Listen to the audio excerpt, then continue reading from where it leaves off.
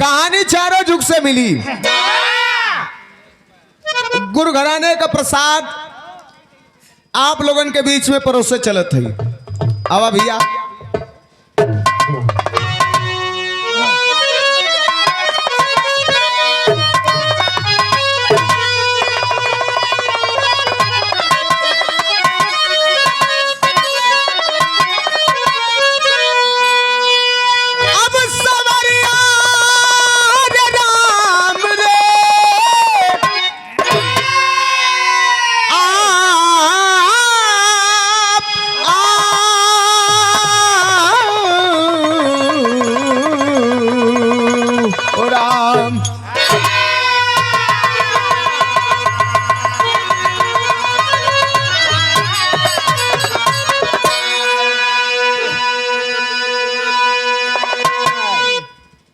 चार लाइन कवि जी गाना के अंदर में लिखत हुआ।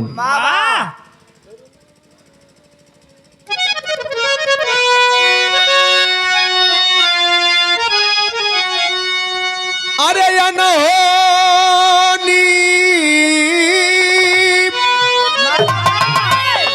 अनहोनी होनी हुई है जगती में।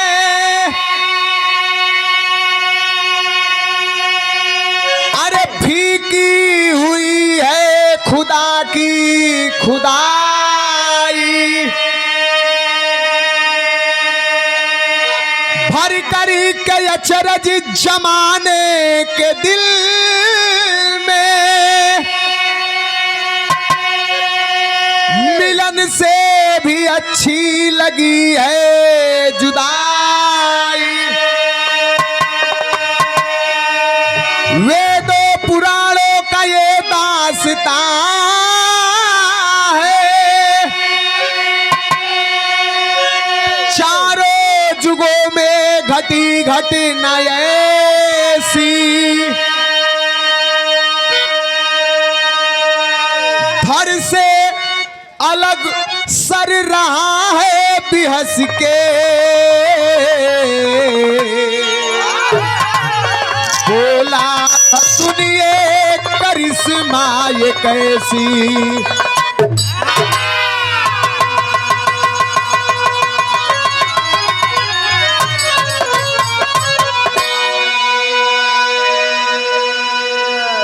धड़ से अलग सर हुआ भी हंस के। बोला था सुनिए करिश्मा ये कैसी। चार युग में चार पुरुष जिनकर सर धड़ से अलग हो गयल, लेकिन तब वो मुड़ी बोलल है। कैसे बोलल भैया? तैसे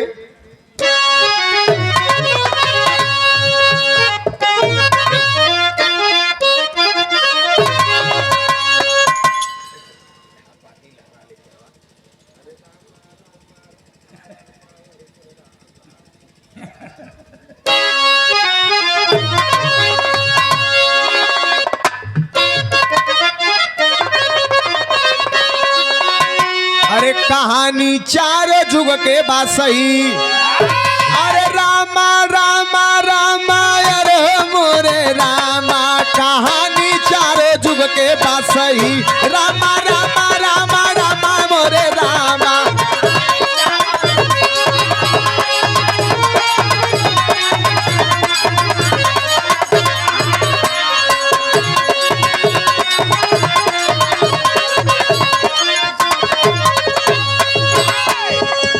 कहानी चारों जुग के बाद सही। जालंधर जालंधर मेघनाथ बरबरी कमाल सैलानी। कहानी चारों जुग के बाद सही। यहाँ से हो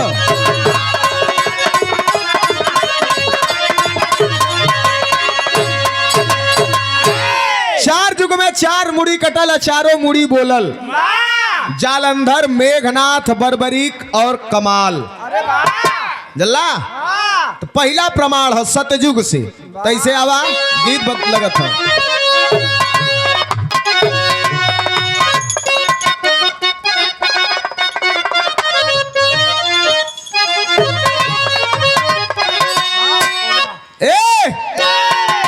बड़ा पुरान गीत है। अरे तब पौआ धरता चौखटवा हो तैसे और जा अरे तब पौआ धरता चौखटवा हो गोरी का झूलनी सरक गई पौआ धरता चौखटवा हो खोल के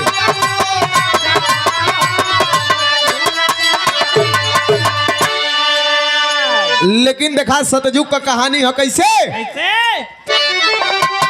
अरे जालंधर अरे जालंधर का रानी वृंदा रानिया हो ई त सतयुग के कहानिया जालंधर का रानी वृंदा रानिया हो ई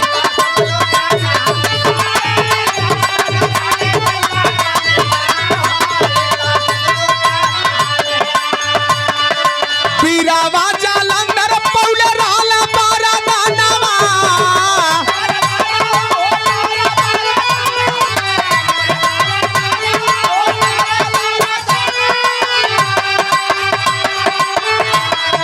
सतघटी नारी का तब होई अमरनवा सतघटी नारी का तब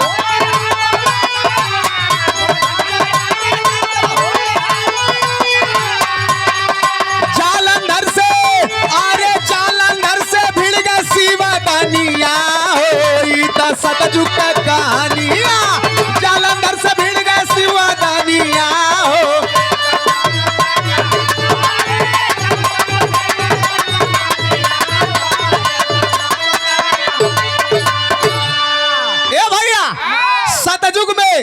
जालंधर रहला और जालंधर के वरदान रहे कि जहिया तोहरे मेहरारू का सत्य घट जाई तो आर मेहरारू जब तक पतिव्रता रही है तब तक तो कई धरती पे कोई मारे वाला पैदा ना हो जहिया उनकर पतिव्रता धर्म नाश होई वही दिन जालंधर का मौत हो जाई और जालंधर वरदान पाके लगल लोगन पे अत्याचार करे खुद के भगवान बने लगल अब भगवान बनत बनत बनत बनत बनत बनत लड़गल कैसे देवों में देव महादेव अड़भंगी नाथ से जाके ललकार देलस और शंकर भगवान से लड़ाई लग गयल और शंकर भगवान मारे तो ओकर कुछ होबे न करे ओके तो वरदान रहे लोग देवता लोग आपस में विचार विमर्श कैले कि यार मराई कैसे तब विष्णु भगवान कहलन कि वृंदा रानी का अगर सत घटी तब वही मारल जाई तब भयल का दूसरा अंतर अरे त जालंधर का भेष धई के तापा विष्णु ज्ञानिया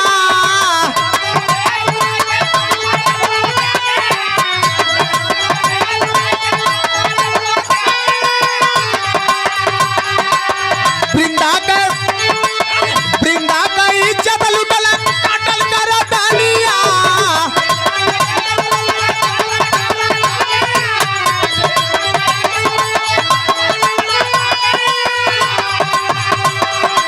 आके बूढ़ी अरे आके बूढ़ी बोलल तवने जूनिया होई त सतयुग का कहानिया आके बूढ़ी बोलल तवने जूनिया हो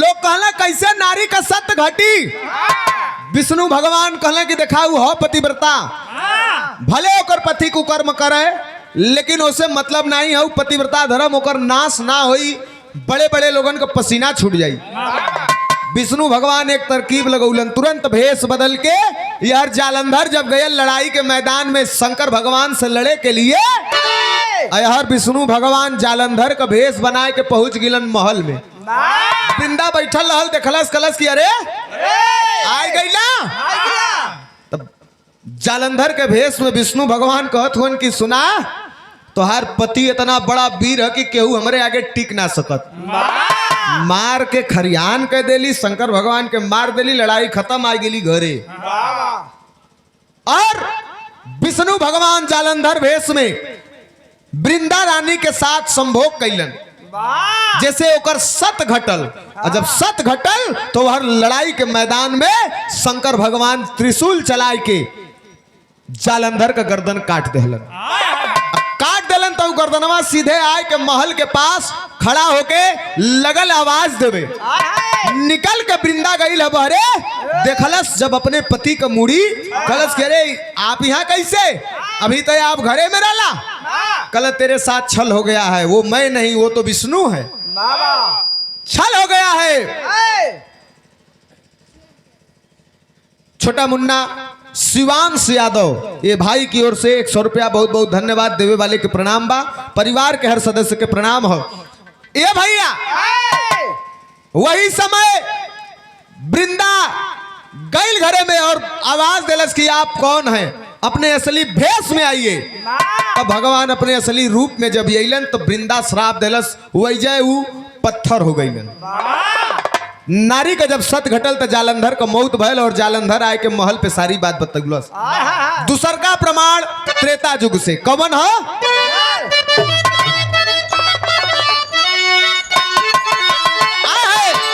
ये गीत के हमरे रामदा गुरु जी बड़ा उमंग में गावत रहलन। कैसे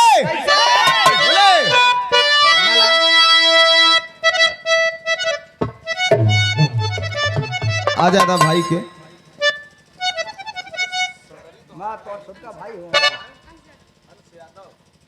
अंश यादव छोटा भाई की ओर से 101 रुपया बहुत बहुत धन्यवाद है, देवे वाले के प्रणाम है। सदरी तोहार 1 नंबर है, जौन अच्छा लगला हम ओके कह देला कि अच्छा लगत है, नीक लगत है, तोहार पैसा वसूल है। कवन गीत है,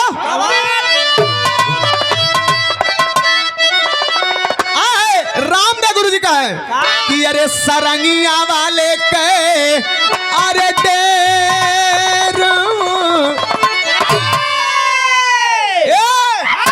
अरे सरंगिया वाले के अरे डेरावा, अरे बताई दूर लहुरी ननूदी।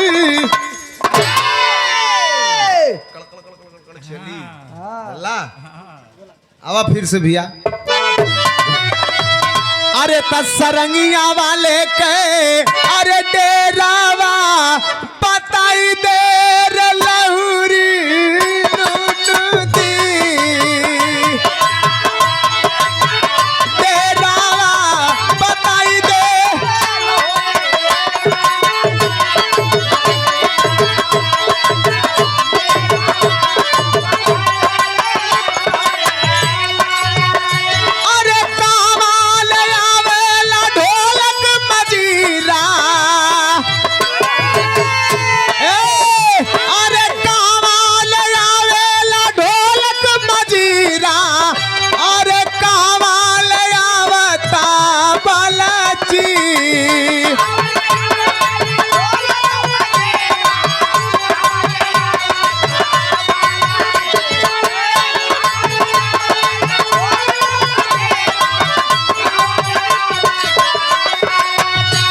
अरे कहाँ वाले आव सरंगियो बोलो, अरे कहाँ वाले आव सरंगिया वाला बताई देर लहुरी ननदी, कहाँ वाले आव सरंगिया वाला बताई दे।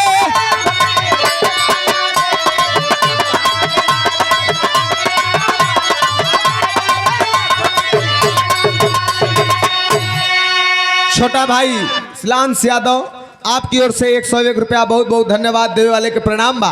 लेकिन भाव हो कैसे, अरे तब मरल बा, बात कहां से हो, त्रेता युग में जब राम रावण का लड़ाई लगल रहल तब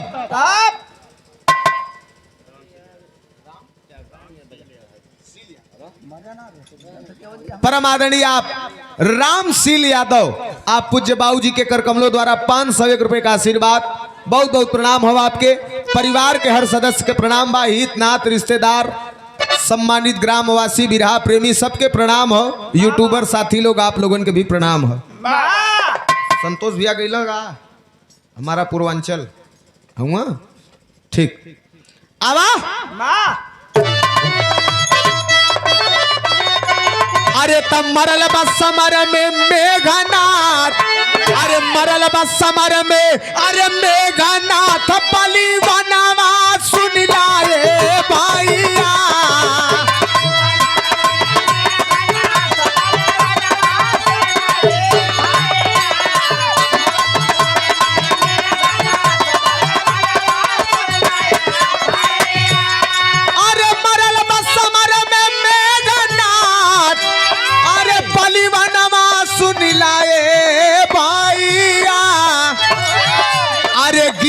बापैया सुलोचना के गिरल बापैया सुलोचना के समानवा सुन लाए भैया।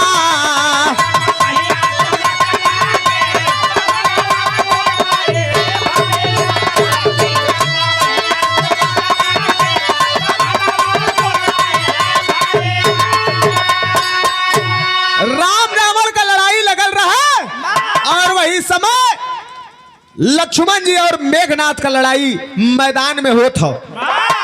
मेघनाथ के लक्ष्मण जी तीर चला के मरले और गर्दन कट गई, गर्दन गिर गई और एक तरफ बाह कट के लंका में गई। सुलोचना के सामने आंगन में बैठ गिरल है।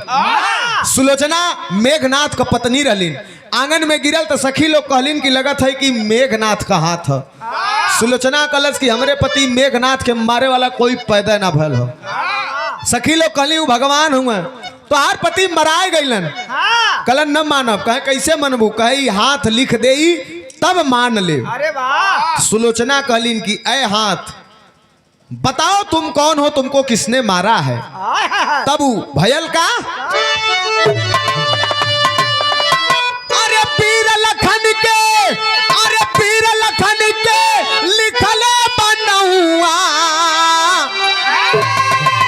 अरे पीर लखन के लिखले बनहुआ जबकि कटल की पहिया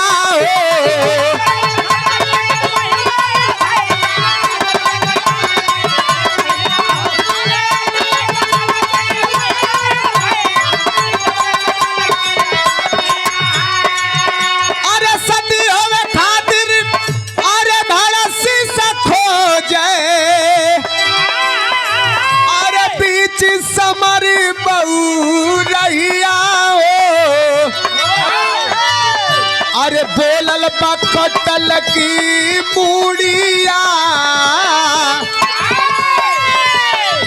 अरे बोलल कटल की मूड़िया पियानवा सुन लाए भैया।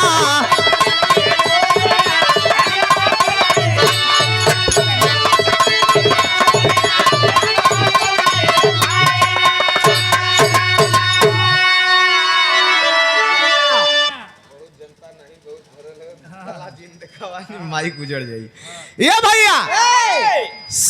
सती सुलोचना का आवाज सुन के कटल बाह आंगन में लिख देलस कि हम मेघनाथ का बाह है और हमके मारे वाला वीर लक्ष्मण आए है। सुलोचना पति के शीश और धड़ लेवे के लिए चल गई सती होवे खातिर। छोटा भाई गिरगल हो देवीलाल यादव, आपके कर कमलों द्वारा 102 रुपए का पुरस्कार है। बहुत बहुत धन्यवाद। देवे वाले के प्रणाम, उपस्थित जनता के प्रणाम। अवा बाबू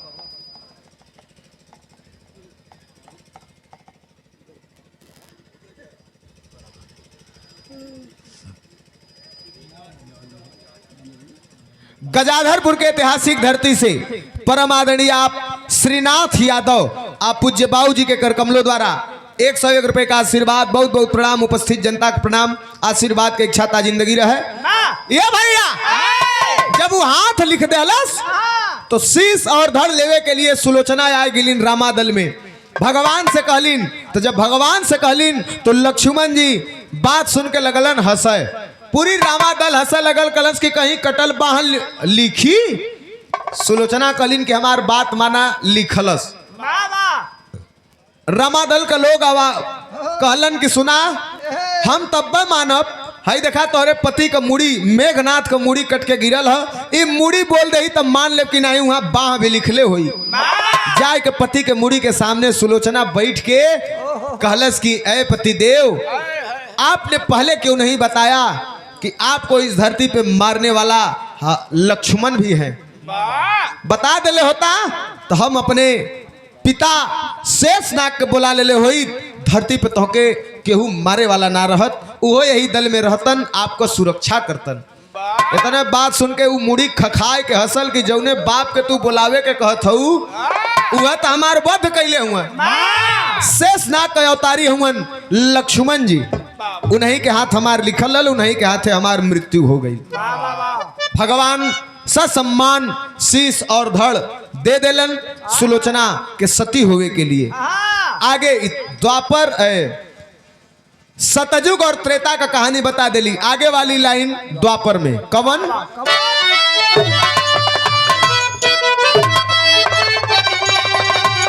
बियाह शादी जब होले तब माता बहन लोगन ये गीत गावेलिन, बड़ा पारंपरिक गीत है।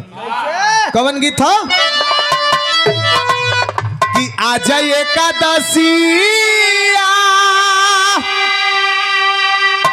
अभियान दुआदशिया तेरसियई के ना हो, तेरसियई के ना सैया मांगे ले गवनवा, तेरसियई के ना सैया मांगे ले।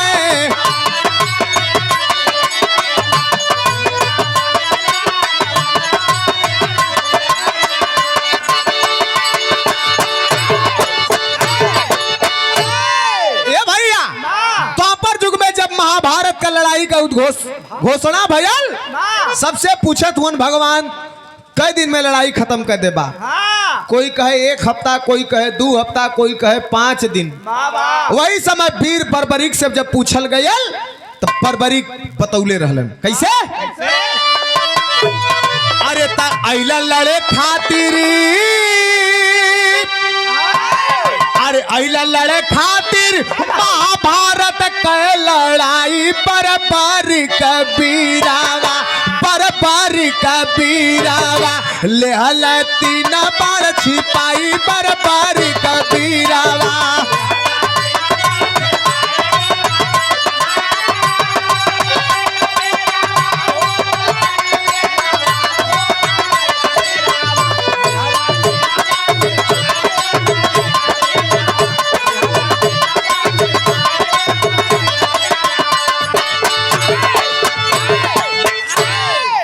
बर्बरीक से पूछल गल तू कैसे लड़ाई खत्म कर देबा? कला 1 दिन काफी है, मात्र 3 बार चलाई और 3 बार में महाभारत का लड़ाई खत्म हो जाई। भगवान कहला कैसे? तब बतौला का अरे कहे बर्बरी का पास 3 बार चलाई बे,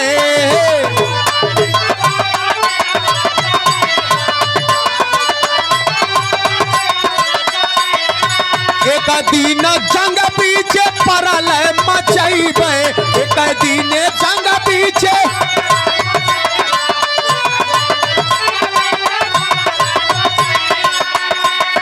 मारी के देखावा तब बोले यादुराई बर्बरी कबीरावा, बर्बरी कबीरावा लेहल 3 बार छिपाई बर्बरी कबीरावा लेहल 3 बार।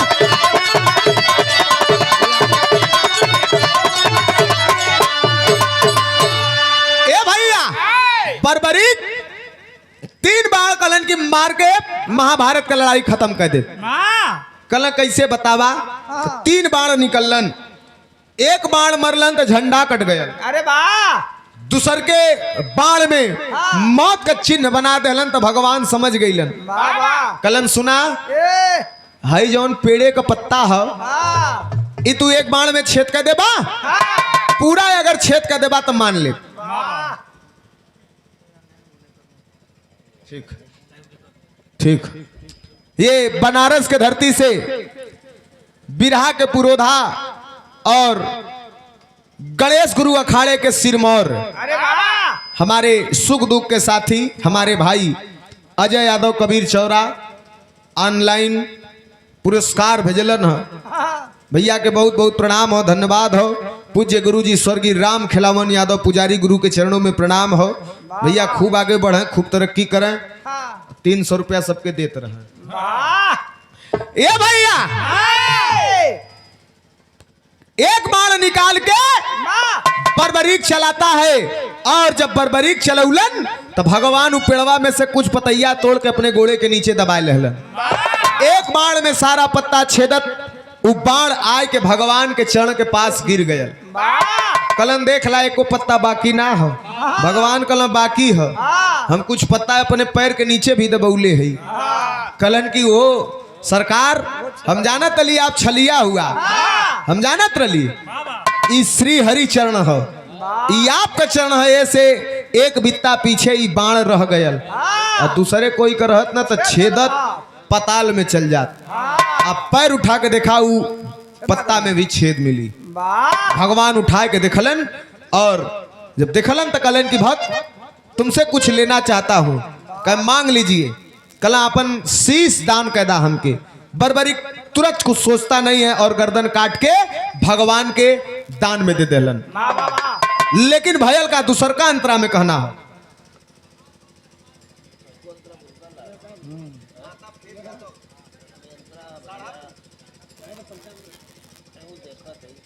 ये साढ़ापुर सुल्तानपुर से परम आदरणीय आप राम फेर यादव ना, अच्छा क्षमा करें, माता फेर यादव, आप बर पक्ष से दूल्हे राजा के आप नाना जी हैं। आपके कर कमलों द्वारा 501 रुपए का आशीर्वाद, बहुत बहुत प्रणाम। दिखाई लोगों के कितना खुशी हो। लड़का के तिलक चढ़त हो, बड़ अच्छा होता नन्ना के भैया के। बाकी मम्मा फुआ फुफा इन लोगन को पता होता नहीं है। शांति बनौले हो लोग भाई, चच्चा लोग भैया लोग हाँ जीजा लोगन सब जाने कतरियले हुन कुल खड़ा लोग सोचत हन कि ज्यादा ओके बयाना दे ही गल हो, लास्ट में पैसा दिए करी चिल्लाए दा। अरे भाई परिचय करा ला लोगन, ई शुभ होला जला, ई शुभ होला। बाबा खाली हाथ बांध के सुनल नहीं जला। कुछ देवल जला। ए भैया तब कैलन का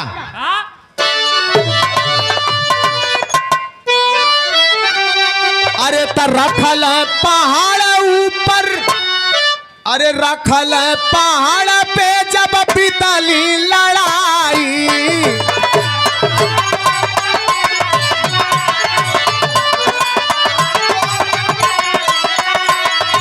फैसला सुनाव मूड़ी तब हरसाई।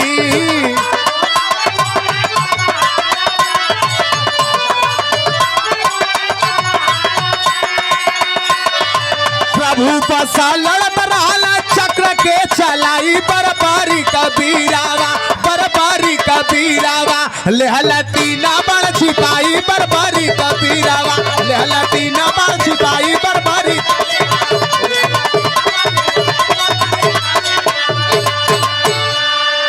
पहाड़ के ऊपर भगवान सर के रख दिलन।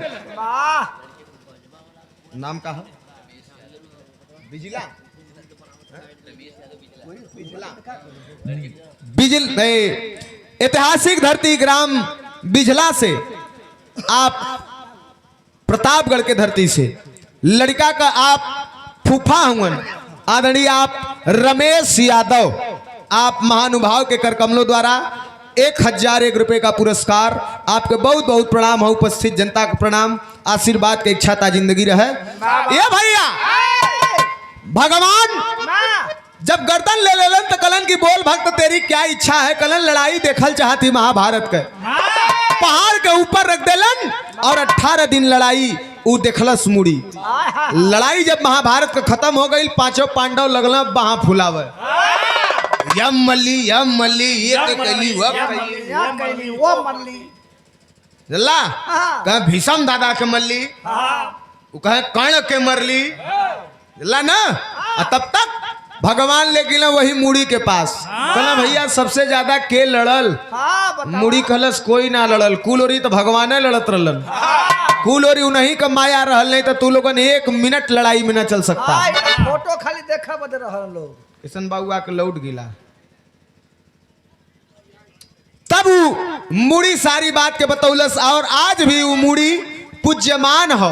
राजस्थान के वादियों में जाएंगे तो खाटू श्याम के नाम से उस सर का पूजा होले। भगवान के आशीर्वाद से कलयुग में भी उस सर का पूजा होला। लोग रोते रोते जाते हैं और हंसते हंसते आते हैं। हारे का सहारा खाटू श्याम हमारा। ई द्वापर युग का बात रहल। अब आ जा कलयुग में। कलयुग में का भल रहल, तरज बदल गई।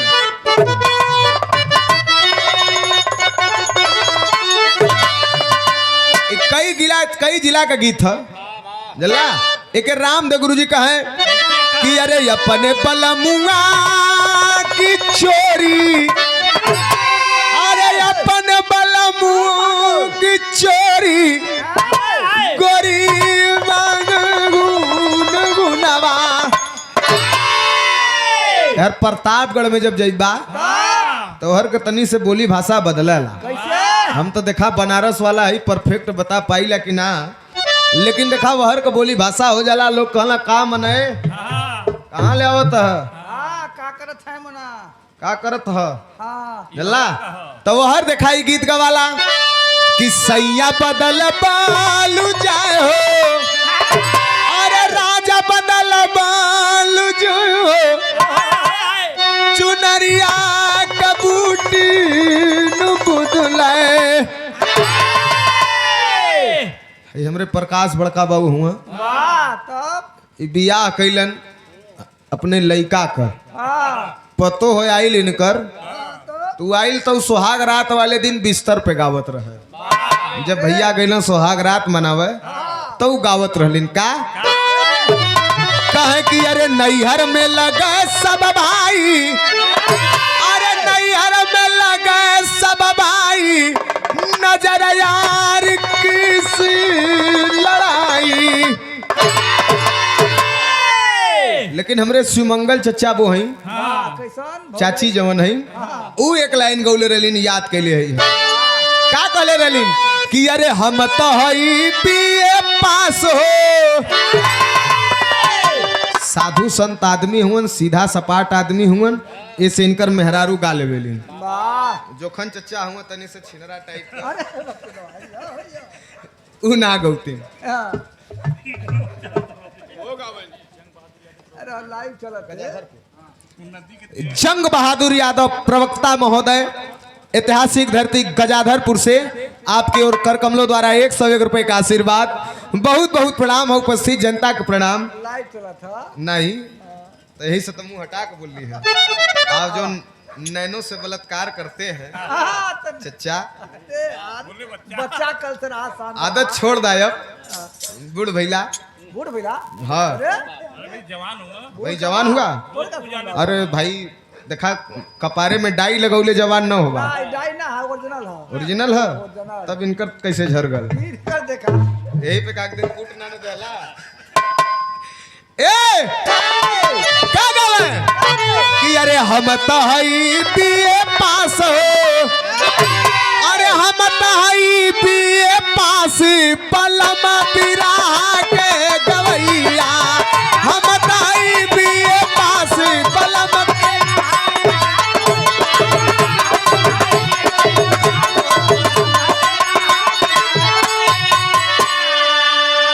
लेकिन हमरे रिंकू भैया हुवन, उनहू का मेहरारू गावेलिन का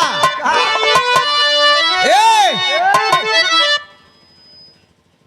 का गावलन नहीं उदरू में नहीं।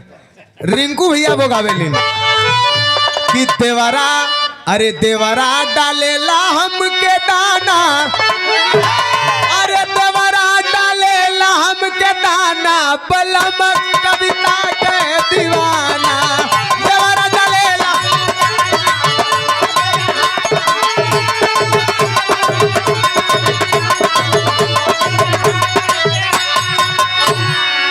लेकिन बात कलयुग की हो रही है तो धर्मधारी धरती, आस्था की नगरी अरे वाह बनारस काशी।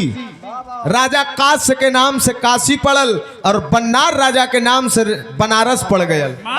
अब बरुणा नदी और गंगा जी का जब मिलन भयल तो वाराणसी पड़ गया। गल्ला बड़ा बड़ा इतिहास हो, गली गली में बनारस के इतिहास पावल जाला। तो कहना हो अरे तब पैदा होले जहां सन्यासी, अरे पैदा होले जहां सन्यासी, नगरिया बोले कैकासी, पैदा होले जहां।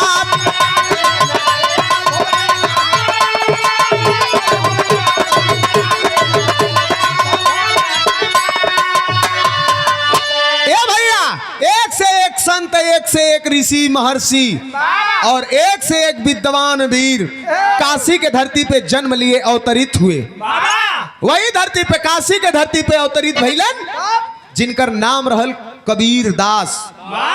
गारंटी हो, अखाड़ा कोई भी हो, ट्रस्ट कोई भी हो, कोई भी संत समुदाय हो, लेकिन कबीर दास का दोहा हर समुदाय में लिखल जाला। जल्ला कबीर दास का, रहीम दास का हर जगह लिखल मिली, पावल मिली, जौन की ई लोगन दास अपने के लिखलन। अरे वाह अब कभी लोगन का लिखत हुआ, सुपरस्टार लेखक, वाह गवैया, हाँ, सम्राट, सम्राट हो तुम कबीर। जल्ला कवि स्टार। हाँ। लेकिन वो लोगन अपने के मात्र दास के अलावा कुछ ना लिखलन। कबीर दास, सूरदास, तुलसीदास, रहीम दास, रविदास, संत रैदास, रविदास, हाँ, ये लोग दास लिखलन। वाह तो केस जन्म लेहलस काशी में। अरे तब भैल कबीर दास, अरे दुनिया में नामी भैल कबीर दास।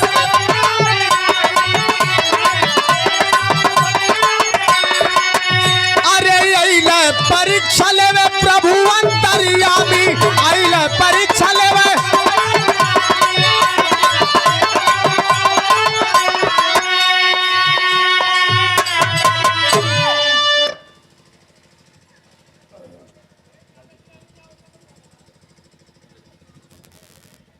गजाधरपुर में, अच्छा गाड़ी में हम रही तो एक बार आपका फोन भी आयल रहल। बात बुआ भैया। हाँ, ऐतिहासिक धरती वाह वाह गजाधरपुर से हमारे गार्जियन और बिरहा के शुभचिंतक कलाकारों के मार्गदर्शक परम आदरणीय आप ओम प्रकाश यादव, यूट्यूब पे भी हमहन का गाना सुनल, हम उस समय पहचान ना पोली आपके कि आपस से बात भल है। अभी आप जब नाम बतौला है तब पहचान गेली, कहाँ से हमारे ट्रू कॉलर पे लिख देले रहल।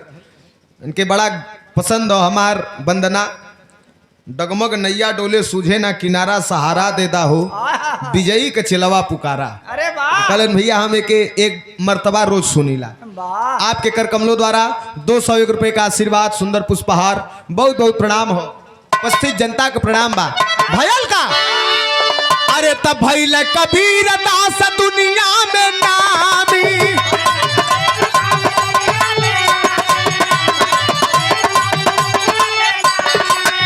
अरे अइले परीक्षा लेवा प्रभु अंतर्यामी, अइले परीक्षा लेवा।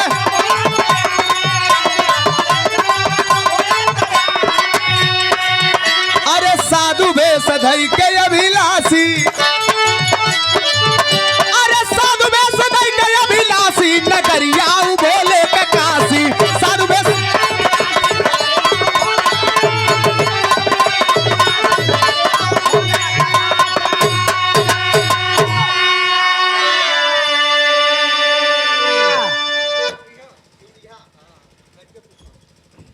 ग्राम सिउढ़िया से परम आदरणीय आप रामधारी यादव, ये आप बर पक्ष से दूल्हे राजा लड़का के आप फुफ्फा जी, आपके कर कमलों द्वारा 501 रुपए का आशीर्वाद है। आपके बहुत बहुत प्रणाम हो। उपस्थित जनता का प्रणाम, जितना हित नात रिश्तेदार आल हुआ सबके पलगी है। बाहर आयल कि नहीं बिना देहलों गोड़ थाला सबको बुझला है ना।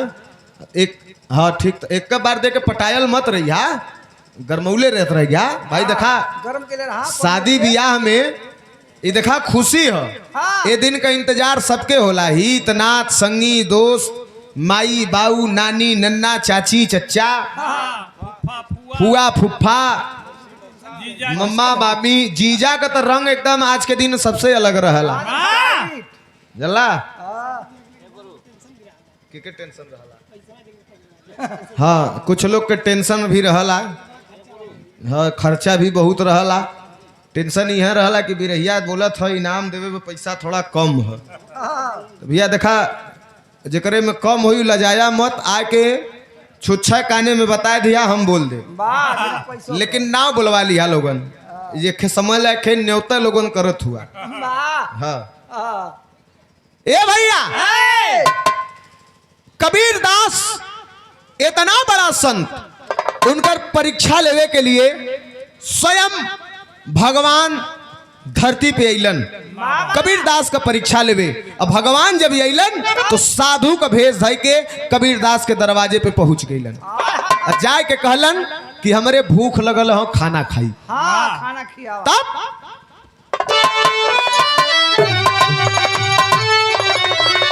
अरे कहा तोहरे बेटवा, अरे कहा तोहरे बेटवा का खैबा हम मसीहा।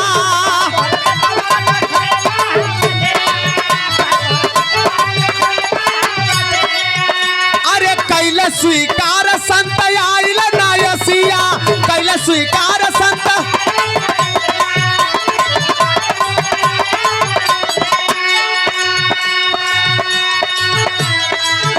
अरे मूड़ी बोलल है अविनाशी, अरे मूड़ी बोलल है अविनाशी, नगरिया बोले काशी। मूड़ी बोलल है अविनाशी,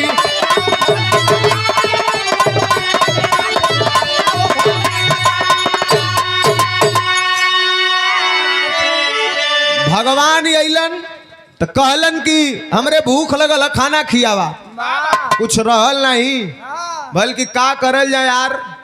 कबीर दास अपने बेटवा कमाल से कहलन, हाँ, कमाल कहलन कि चला एक काम करल जाए, हाँ। बनिया से उधार लेके आवल जाए। रात तो हो गयल हो, वाह, वाह। पता नहीं खोली देही कि ना देही, देही। लेकिन जब गइलन तो बनिया भी देवे से मना कर देहलस। सेंध लगाए के दुकान के अंदर गइलन, सामान ले के जब कमाल वापस बहरे आवे लगल बनिया का नींद खुल गयल।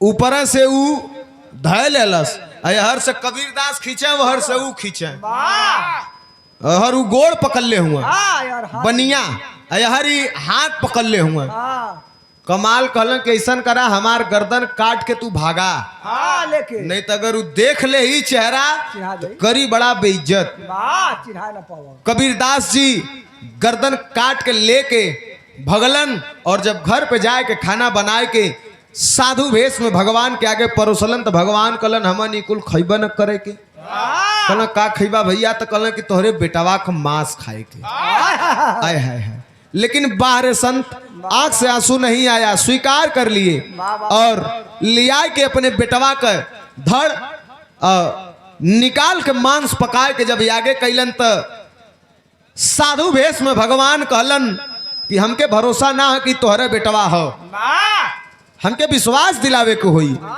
तब वही पास में रखल मुड़ी बोलल, जब बोलल तो भगवान भक्त के परीक्षा से बड़ा खुश भइलन, अपने असली भेष में अइलन, त्रिकाल रूप में दर्शन देलन। कमाल से कहलन मांग भक्त क्या चाहिए, कहलन बस यह चाहब एक कलयुग में ई भक्त का परीक्षा ले लेला, अब दोबारा ऐसा परीक्षा कलयुग में केहू कर लिया मत, नहीं तो बहुत से भगत फेल हो जाइए। वाह,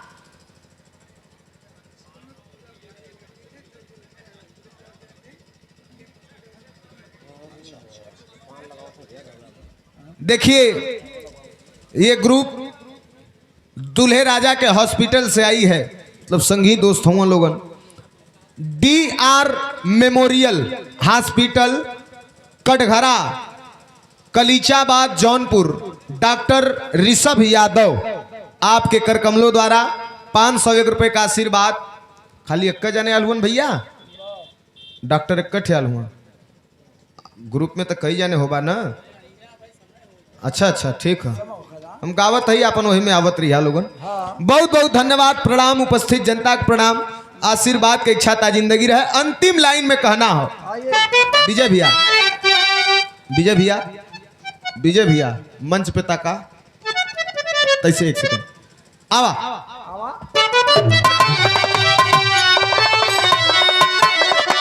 अरे बिहारी गणेश राम लाला जी पावनी,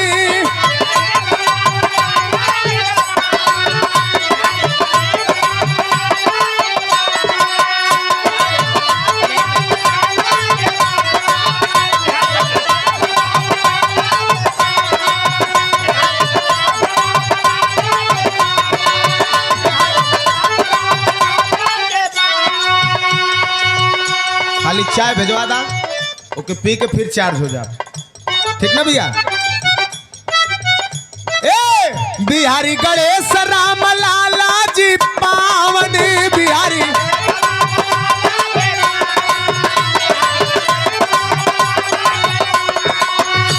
अरे रामदेव चंद्रिका, अरे रामदेव चंद्रिका पुजारी खेलावनी,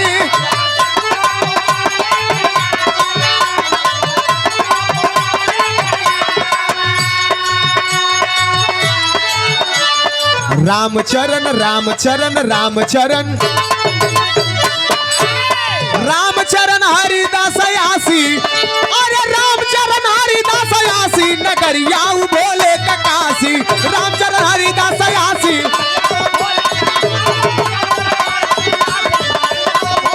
नगरिया बोले ककासी।